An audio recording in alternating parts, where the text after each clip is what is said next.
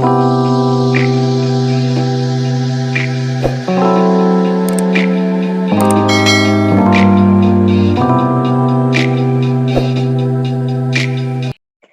dear Sagittarius. I am Jamie Dawn, your revolutionary astrologer, bringing you your June 2022 horoscope.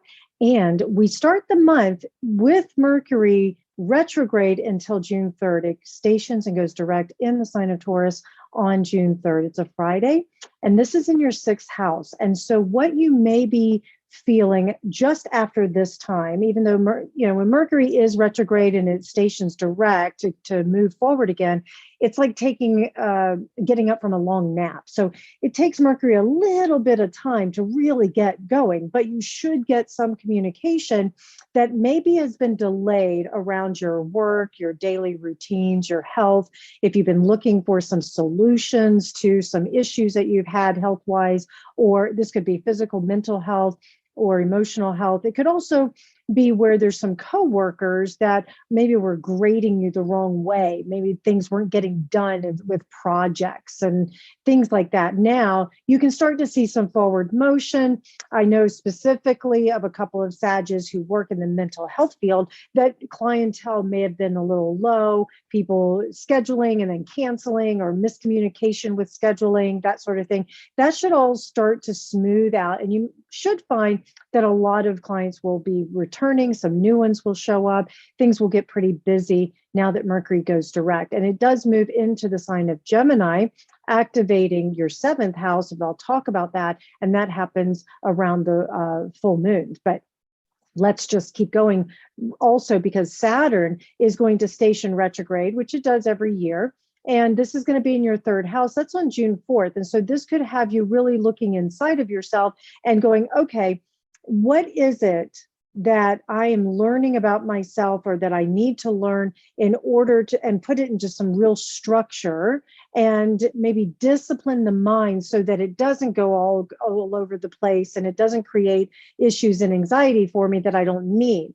So there's some good indication there that as Saturn is retrograding, that some things internally could now start to feel more solid for you, and you can take on that mastery moment for yourself.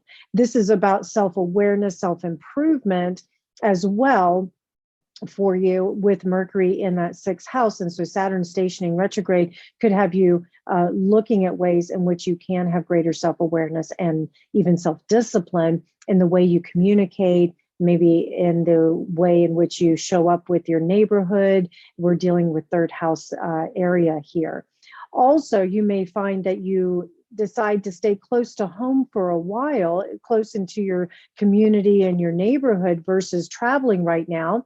And when you are going to, let's say, a social event, this is a good time for you to have some deeper conversations with people. And that can build intimacy, and it can build connection, and the things that you may really get energized by. Also, Venus will be canoodling Uranus on June 11th. And so this is your sixth house, more emphasis around the health, around routine, ritual, the self-development, and coworkers. And the reason that I say coworkers is because this is our daily lives, right? This is the thing that we do as a routine in our lives. So that's what shows up here. And with Venus and Uranus, anything goes with Uranus. Right? This is a bit unpredictable, but it should be fairly positive with Venus here, because Venus is our planet of love, beauty, harmony, relationships, finances. So you could actually find yourself suddenly being given a raise without any notice, or back pay, or news about something financially that can benefit your daily habits and your daily routine. Like I say, some of you may be in business for yourself, and you can find that now you suddenly get an influx of clientele that want to work with you, like, let's say, on their health, or especially if you're like in the fitness industry or the healthcare industry of some sort. Now, the full moon on June 14th, is in your sign.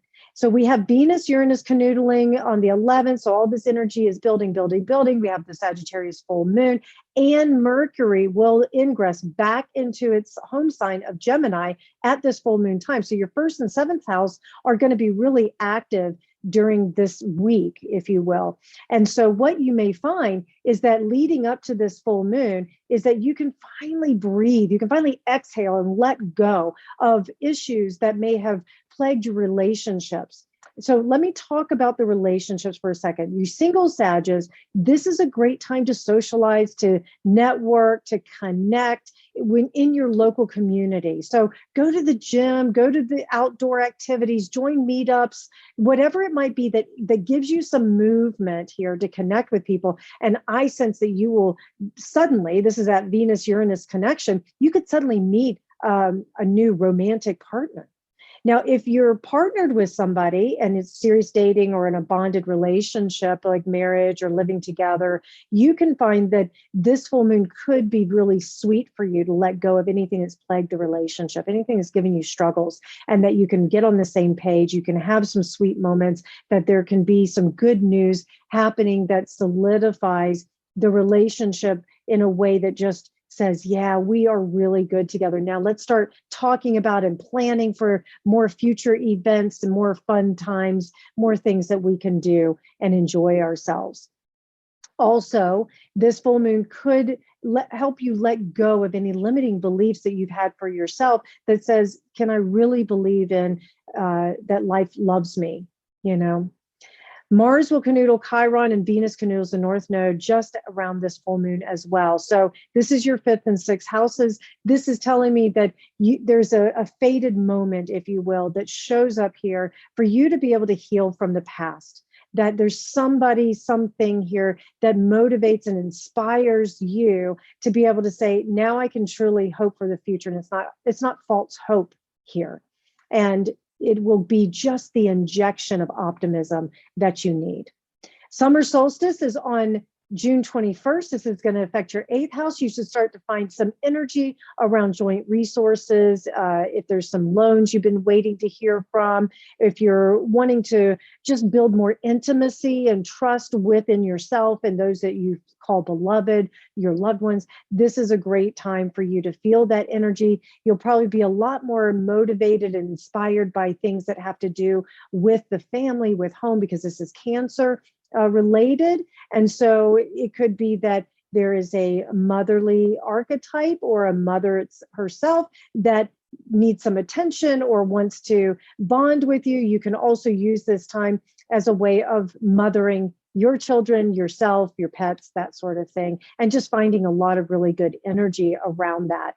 Venus enters your seventh house in the sign of Gemini on June 23rd, so just after the summer solstice. So you will find yourself pretty active, maybe talking about two different dynamics in relationship. There's a few of you Sages, especially if you're single in the dating world, that you may have two choices of who do I really want to date here? Who is the best one?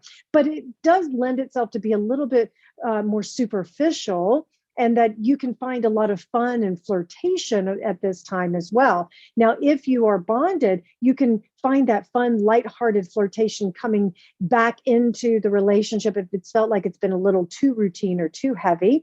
And you can also use this time of Venus and Gemini where there's a lot of mental stimulation and a lot of good conversation, friends, can energize the relationship as well. Single Sages, you could be introduced to a friend that becomes a lover. This is a wonderful time also for exchanging vows for those of you who are getting married, or at least talking about engagement or moving in together if you aren't already. Cancer new moon energizing your eighth house. That's on June 28th. It's a very sweet new moon because the moon is in its domicile of Cancer. And so in this eighth house, if, like I say, you've been waiting to hear about particular joint resources or something showing up to help you financially or with some form of resource, then around this new moon can be a great time to receive that news. I see some of you getting promotions and raises at this time, going on vacation. Also, this is a great time for pregnancies. So if you're looking to expand your family, start a family, this is also a time to do that, or adopt pets, that's included as well. And you can find that this new moon also just has some really sweet connections for you and those that you are the most intimate with. So use this time to express your love, express how you feel, show your love if you're the, those 5 love languages, if you're the gift giver or your acts of service, whatever it might be. Use this time to really maybe retreat if you need to, because we are dealing with Cancer. Maybe you want to retreat back into your home routine, the things that make you feel really comfortable, but make sure that your loved ones know exactly how much you love and care for them. All right, Sag, I really hope this helps. Please like, subscribe, share, comment. Come find me at jamiedawn.com, and I look forward to connecting with you. Have a great month.